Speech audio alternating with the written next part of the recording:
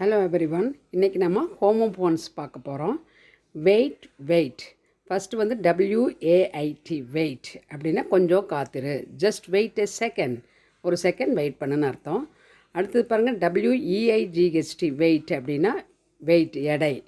Lift more to gain more weight அப்படின்னா அதிக பளுதூக்கு, weight gain பண்ணுறக்காக அதிக பளுதூக்கு அப்படிங்கிற அர்த்தம்.